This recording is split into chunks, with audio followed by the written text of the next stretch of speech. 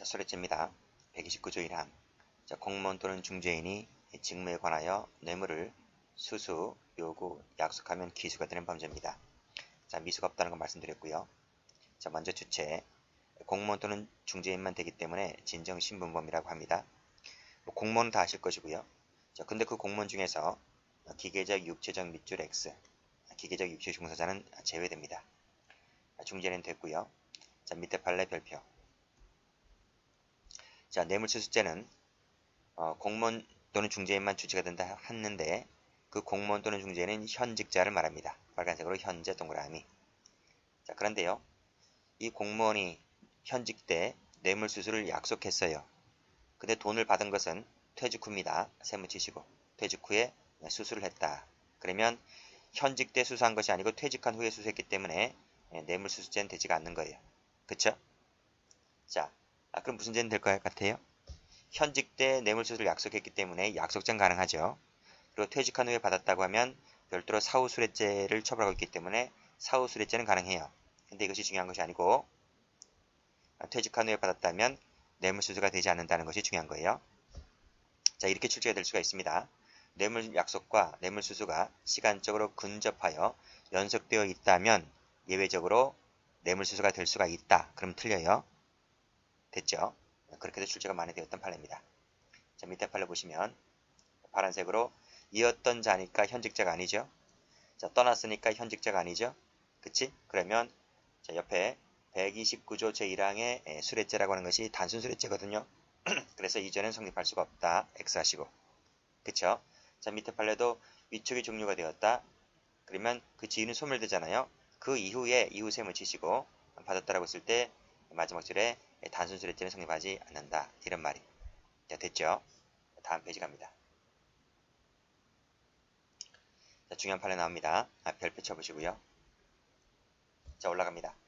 갑은 74년도에 지방행정서기보로 최초 임명할 당시 그 지방공무원법의 임용 결격자에 해당되어서 갑의 임용 행위는 무효였다. 자, 무효였다 했습니다. 자, 그 지방공무원으로 계속 근무하면서 서기관까지 승승장구했어요. 그리고 나서 그 4급 서기관일 때 뇌물을 수수했던 거예요. 자, 이 수수했을 때 경찰서 가서 조사를 받았잖아요. 그때 이제 최초 임명할 당시가 무효였다는 것이 그때 밝혀진 거예요. 자, 그러면 이 갑의 죄책은 과연 뇌물수수가 될 수 있을까? 이런 말이에요. 뇌물수수가 안 된다고 하면 어떻게 될 것 같아요? 뇌물수수가 되지 않는다고 하면 이 사람은 지금까지 30년, 40년 동안 해온 공직생활이 모두가 무효가 처리가 되는 거잖아요. 공무원 신분이 아닌 상태에서 했기 때문에. 그럼 많은 업무 처리를 했을 것인데 그 모든 것이 무효 처리를 하게 되면 사회의 안정성이 해쳐지잖아요. 그렇죠? 그래서 판례는 어떤 판례를 내놓는가 하면 이렇게 봅니다. 당초의 임용행위가 무효였다 할지라도 무효 밑줄 그시고 자, 법령에 기한 임명권자에 의해서 임명되어서 공무에 종사해 왔다면 빨간색으로 공무종사 동그라미 해왔다면 그 당초 임명행위가 무효라 할지라도 밑에 줄 외관을 갖추어서 공무를 수행한 이상 공무 수행의 공정과 그에 대한 사회 일반 이것을 신뢰해야 되고 보호를 해 주어야 한다는 거예요. 그래서 당초 임명행위는 무효였다 할지라도 이것은 마지막에 여전히 공무원으로 보아야 한다는 거예요. 그래서 그 직무에 관하여 뇌물수수했을 때는 역시 수뢰죄로 처벌할 수가 있다 이렇게 보았습니다. 그래서 사회 안정성을 더 강조를 했다 이렇게 보시면 될 것 같아요. 예, 비슷한 판례가 뒤로 나옵니다. 자, 뒤 한번 보시게 되면 8번, 9번 나와 있죠? 8번, 9번도 묶어보세요. 묶어보시면 자, 조합 임원의 지위를 상실하거나 자, 상실했습니다. 그 다음에 직무수행권을 상실한 후에도 조합 임원으로 등기가 되어 있는 상태에서 계속하여 실질적으로 조합 임원으로서 직무를 수행해 왔다면 빨간색으로 여기서 직무수행 동그라미 빨간색입니다. 동그라미 치시면 이것도 뇌물죄의 적용에 있어서 공문으로 보아야 한다는 거예요. 자, 밑에도 마찬가지죠. 전입조합장의 직무대행자가 선임된 상태에서 적법하게 소집된 총회 결의에 따라서 후입조합장으로 선임된 자가 실질적으로 조합의 직무를 수행해 왔다면 여기서 조합장 직무 수행 동그라미 치시면 이것도 역시 마찬가지로 뇌물죄에 있어서 공무원으로 의제되는 조합의 임원으로 보아야 한다는 거예요. 됐죠? 갑자기 8번, 9번이 왜 공무원이 아닌데 왜 이런 뇌물죄 조항이 나오죠? 앞에 한번 가보세요. 732페이지 가보시면 그 특가법 제4조 나와 있잖아요. 뇌물죄 적용 확대의 적용 대상의 확대라고 해서 비록 공무원은 아니지만 하는 일이 공무와 유사하기 때문에 일처리를 하다가 대가 행위로서 돈을 받게 되면 형법상의 뇌물죄를 의제하여 적용하겠다는 조항이 나오죠. 그쵸? 그 4조의 근거에서 이 8번, 9번이라든지 10번, 11번 이런 것들이 뇌물죄로 처벌을 할 수가 있는 것입니다. 자, 됐죠? 쭉 앞으로 다시 한번 가서 1번 팔로 보죠. 빨간색으로 기한부로 채용된 공무원도 기한부 동그라미 뇌물죄의 주체가 된다. 자, 부사장, 본부장 동그라미 그쵸? 뇌물죄에 있어서 공무원으로 의제되는 사람으로 보았습니다. 그래서 수뢰죄로 처벌했던 거예요. 자, 밑에 공사죠, 공사. 공기업이죠, 공기업. 공급의 4급 직원도 뇌물죄의 주체가 될 수 있다는 겁니다. 그 다음 3번에서 4번에서 공사나 공단의 직원들도 뇌물죄로 의제하는 주체가 되는 것입니다. 밑에 5번에 지방의회 의원 동그라미 치시고 조합장 동그라미 치시고 밑에 조합장 동그라미 치시고 전부 다 뇌물죄에 있어서 공무원으로 의제되는 사람들입니다.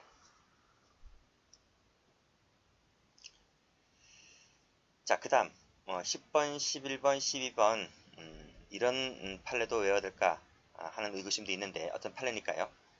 자, 건설기술관리법령에 따라 발주청에 설계심의분과위원회 위원으로 임명 위촉된 사람 밑에 기술심의위원회 위원 도시개발조합의 임직원 근데 가만히 놔두세요. 밑에 2번에서 구건축법상의 건축위원회 위원들은 다 되는 것 같은데 이 건축위원회 위원만 안 돼요. 건축위원회 세면 치시고 근데 그 10번을 가보시게 되면 누가 나오나요? 발주청의 설계심의분과위원회 위원이죠. 요처럼 동그라미. 그 밑에 기술심의위원회 동그라미. 그 밑에 도시개발조합 임직원 도시개발조합 동그라미. 근데 10번, 11번, 12번 별로 중요하지 않습니다. 그냥 동그라미만 쳐놓고 이런 사람들도 뇌물죄가 되는 거구나 이렇게만 간단하게 보시면 될 것 같아요. 자, 그런데 참고자나마 건축법상의 건축위원회는 아니다 이렇게 정리해 두시고 자, 그 다음 중요한 거 나옵니다. 자, 11번 체크하시고 밑에 3번 체크하시고 자, 형법상 뇌물죄에서 공무원이라고 하는 것은 말씀드렸듯이 기계적, 육체적 밑줄 그시고 X 이런 사람은 제외된다. 그 예가 바로 누가 나옵니까? 시간제 종사원 세무 사람이 뇌물을 받았다 할지라도 시간제 종사원은 그 하는 일이 기계적, 육체적 사무 종사자이다 보니까 뇌물죄에서 말하는 공무원이 되지 않는다는 판례입니다. 자, 그 밑에 집행관 사무소 사무원 나와 있지? 사무원도 세무 치시고 이 사람도 마찬가지로 기계적, 육체적 종사자이기 때문에 뇌물죄의 주체가 된다고 볼 수 없다는 판례입니다. 됐죠? 자, 그 다음 페이지 한번 가보면 자, 행위는 뇌물을 수수, 요구, 약속하는 것이다 그랬습니다. 자, 일단 수수라고 하는 것은 영득 의사를 취득하는 걸 말하잖아요. 그 다음 동기 묻지 않습니다. 용도 묻지 않고요. 받으면 직무 관련해서 받으면 그냥 기수가 된다 이렇게 보시면 될 것 같아요. 자, 동기 묻지 않는다 X, 용도 묻지 않는다 X 이렇게 하시면 되고요. 자, 요거는 뭔지 알 것이고요. 약속은 그 이익이 약속 당시에 현존해야 하느냐 아닙니다. 현존할 필요는 없는 거예요. 현존해야만 한다 하면 틀리는 거예요. 그냥 기대치만 가능하면 된다라고 보고 있습니다. 또 가액이 확정되어 있어야 하느냐 아닙니다. 확정될 필요도 없어요. 됐고 자, 그것이 어디에 나와 있는가 하면 자, 다음 페이지 한번 가볼게요. 다음 페이지 요 판례가 두 개인데 이거 한번 묶어보세요. 자, 약속이라고 하는 것은 양 당사자가 뇌물 수수하겠다는 합의를 말한다. 그치? 그 방법에는 제한이 없고 명시일 필요도 없지만 장래 공무원의 직무와 관련하여 빨간색으로 뇌물을 주고받겠다는 이 의사표시가 확정적으로 합치하면 약속이 이루어졌다고 보는 거예요. 밑에도 뇌물을 주고받겠다라고 하는 이러한 의사표시가 확정적으로 합치만 하면 그냥 약속죄는 기수가 되는 거예요. 그 가액이 얼마인지 1000만 원인지 100만 원인지 가액은 확정되지 않아도 상관없어요. 주고받겠다 여기 뇌물을 주고받겠다 위에 주고받겠다라는 의사표시가 합치만 되면 뭐다? 약속죄는 기수가 된다. 이런 말입니다. 자, 올라가 볼게요. 다시 한번 보시면, 자, 약속이라고 하는 것은 가액이 확정될 필요도 없고 그 가액이 현존할 필요도 없고 다만 기대치만 가능하면 된다. 대신 주고받겠다는 의사표시는 확정적으로 합치가 이루어져야 한다. 이것만 알고 계시면 돼요. 뒤에 관련 판례 하나 나올 겁니다. 자, 밑에 판례 나오네요. 자, 밑에 판례 1번에다가 별표 한번 쳐볼게요. 자, 수수했다는 말은 뇌물을 취득하는 것을 말하게 되는데요. 이때 취득이라고 하는 것은 소유권 취득이 아닙니다. 사실상의 처분권 취득이면 족하다는 거예요. 동그라미 치시고. 됐나요? 옆에 나와 있네요. 소유권까지 취득할 것을 요하지가 않는다. 사실상의 처분권만 있으면 된다. 이렇게 보시면 돼요. 됐죠? 자, 밑에 뇌물수수자가 점유를 취득하고 소유자 등으로부터 반환을 요구받지 않는 관계가 있다면 이것은 취득했다 라고 보는 겁니다. 됐어요? 그러니까 점유를 취득하고 그 다음에 반환을 요구받지 않는다. 이 정도만 되면 뭐로 본다? 사실상의 처분권을 획득했다. 이렇게 본다고요. 그래서 뇌물수수죄에서 수수했다고 이렇게 보는 거라고. 됐지? 자, 밑에 보시게 되면 뇌물수수자가 뇌물공유자에 대한 내부관계에서 자, 빨간색으로 실질적인 사용 처분권을 획득했다면 바로 뭐가 된다? 받았다, 취득했다 이렇게 보는 거란 말이죠. 됐죠? 자, 밑에 판례 별표 쳐보시고 자, 뇌물 약속죄에서 말하는 그 이익이라고 하는 것은 위에서 보았듯이 예기 가능하면 된다는 겁니다. 가액은 확정되어 있을 필요가 없다 했어요. 예기가 가능하면 된다고 봤다. 됐죠? 여기까지만 보시면 돼요. 여기까지만 보시면 요 세 줄까지가 제일 잘 나와요. 자, 그러면 참고 삼아 한번 이 판례 한번 볼게요. 자, 건축공무원 갑은 건축업자로부터 주택 한 동을 실공사비로 분양받기로 약속이 됐어요. 약속이 기수가 되는 거죠. 자, 건축 예정지가 있는 지역은 한 필지당 2동 이상의 주택을 건축하지 못하도록 되어 있음에도 불구하고 한 필지당 2동의 주택을 지을 수 있도록 건축허가를 대신 해준 거예요. 그러니까 약속을 받고 그에 관련된 사무 처리를 해준 거예요. 그럼 뭐가 되는 겁니까? 이때 수뢰 후 부정처사죄가 되는 거예요. 됐죠? 그러나 갑이 실제로 분양받은 주택은 준공되지 못했다. 그러면 빠꾸 후진되어서 무죄가 됩니까? 약속은 하는 순간 기수가 된다 했잖아요. 그렇죠? 그래서 준공되지 못했다 할지라도 이것은 뭐다? 기수가 된다는 판례인데 여기서 그러면 뇌물 액수가 얼마냐라는 것인데요. 위에서 실공사비로 분양받기로 약속을 했잖아요. 그치? 근데 그러면 이 사람이 혜택 보는 것은 실제 공사비를 초과한 부분이 바로 뇌물 액수가 된다는 것입니다. 그래서 그 초과한 부분에 대해서 뇌물이 되기 때문에 이 초과한 부분이 바로 뇌물 약속죄가 되는 것이고 하는 순간 기수가 되는 거예요. 그건 중요한 것이 아니고 시험에 나올 만한 것이라면 여기 부분이죠. 얘기할 수 있으면 된다. 확정되어 있지 않아도 된다. 이것만 알고 있으면 되는 거예요. 그치, 가액이 확정되지 않았겠지. 나중에 실제로 분양받아서 그 주택이 실거래가가 얼마가 되는지, 그래서 그 얼마 되는 실거래가와 내가 실공사비 차액이 내가 실제로 얻는 거잖아요. 그 가액은 아직까지 확정되지 않은 거예요. 다만 지금 주변에 있는 이 건물값이, 토지값이, 주택값이 얼마큼 되는 거니까 나는 얼마만큼 대충 남겠다는 생각, 그러한 예기 가능성만 있으면 이익은 누렸다 이렇게 보는 거죠. 다음. 자, 뇌물수수죄라고 하는 것은 금품이나 재산상의 이익이 반드시 공유자와 수뢰자 사이에 직접 수수될 필요는 없다. 그렇죠? 보통은 수뢰자와 공유자 사이에 직접 수수가 되는 것이 일반적이죠. 일반적인데 반드시 그렇지는 않다는 거예요. 자, 이런 경우도 있다는 거예요. 자, 제3자가 먼저 공유자를 대신해서 자기 돈으로 수뢰자에게 돈을 주는 거예요.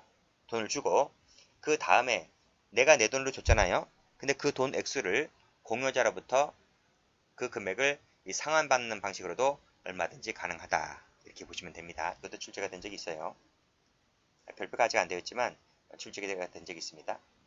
자, 그래서 밑에 보시면 공여자와 수뢰자 사이에 직접 금품이 수수되지 않았다 하더라도 뇌물수수죄는 기수가 된다는 것이 판례입니다. 자, 이런 형식으로 얼마든지 가능하기 때문에. 자, 됐죠. 자, 밑에 판례 갑니다. 자, 영득의사로 뇌물을 수령을 했다. 수령 동그라미 하면 뭐가 됩니까? 이퀄 기수가 되죠. 기수가 됩니다. 훗날 반환했다 할지라도 여전히 기수가 되는 겁니다. 자, 그 다음 자, 뇌물을 먼저 요구했네요. 요구했다. 그리고 받았어요. 받았어요. 그럼 뭐가 되는 거죠? 기수가 되는 거죠. 요구해서 받았기 때문에. 그러면 요구는 수수의 흡수가 되는 거예요. 흡수가 되어서 수수죄 일죄가 됩니다. 받은 돈 전부에 대해서 영득의사가 인정되기 때문에 이 전부에 대해서 뭐가 된다? 수수죄 기수가 된다는 거예요. 자, 일단 밑에 영득의사로 뇌물을 수령했잖아요. 하였으면 기수가 된다고요. 기수. 자, 근데 예상한 것보다 너무나 큰 액수에서 훗날 일을 반환했어요. 그럼 빠꾸 무죄가 됩니까? 아니라니까요. 여전히 기수가 된다. 이런 말이죠. 자, 밑에도 보면 자, 추가 세무조사 대상자로 지정되지 아니하면 섭섭하지 않도록 해주겠으니 얼마만 되겠느냐고 하니까 이 공무원이 손가락 한 개를 들어보이면서 뇌물을 요구했습니다. 자, 그래서 이 사람이 1억이 든 가방을 제공하자 이 사람이 수령한 거예요. 수령 동그라미 치시고 하는 순간 뭐가 됩니까? 수수죄 기수가 되는 거죠. 자, 그랬다면 역시 2번 판례와 마찬가지로 받은 돈 전부에 대해서 뭐가 된다? 수수죄 기수가 된다고요. 근데 이 손가락 한 개를 들어 보이는데 자신이 이 한 개가 1000만 원이라고 생각했던 거예요. 근데 업자는 이것을 1억이라고 생각했던 것이고요. 그래서 마지막 줄 보시면 설령 피고인이 내심으로는 1000만 원 정도라고 생각하였고 이를 수령했다 하더라도 1000만 원에 대해서 수수죄가 되는 것이 아니라 1억 받았다 했잖아요. 1억 전부에 대해서 받은 돈 전부 1억에 대해서 기수가 된다는 말이 아시겠죠? 그런 얘기입니다. 그래서 이렇게 낼 수 있어요. 내심으로는 1000만 원의 정도로 생각해서 수령했다고 하면 1000만 원에 대해서만 수수죄가 된다고 하면 틀려요. 받은 돈 전체에 대해서 수수죄 기수가 되는 거예요. 됐고, 자, 다음 판례. 자, 소외 갑으로부터 인력 송출의 부탁과 함께 사례죄로 교부받은 자기합수표를 약 2주일 후에 반환하였다는 거예요. 근데 위 수표를 일단 피고인의 은행 계좌에 예치시켰다가 예치하는 순간 뭐가 됩니까? 여기서 기수가 되는 거죠. 그렇죠? 2주에 반환했다 하더라도 영향을 받아요? 영향을 받지 않아요. 그냥 기수가 되는 거예요. 그러니까 후할 염려에서 돌려주었다 하더라도 뇌물수수죄 기수가 된다. 받는 순간 끝나는 겁니다. 받지 마세요. 이제 돌려주게 되면 양형에선 참작이 될 수가 있어요. 양형에서 약간의 형이 감형될 수는 있지만 죄명은 뭐예요? 뇌물수수죄 기수가 되는 거예요. 자, 밑에 5번 판례도 즉시 돌려주지 않고 열흘 동안 갖고 있었다는 것 자체가 기수가 되는 거예요. 돌려주었다 하더라도 기수라고요. 자, 그러나 밑에 파란색 들어보시면 훗날 기회를 보아서 반환한 의사로 받아두었다. 반환 의사가 존재한다고 하면 영득 의사가 없기 때문에 이때는 죄가 되지 않는 것이고요. 뇌물인지도 몰랐다. 뇌물인지도 몰랐고 반환할 의사가 있었다라고 하는 것 자체가 고의가 탈락이기 때문에 죄가 되지 않습니다. 근데 이거 자체가 입증하는 것이 엄청 힘들어요.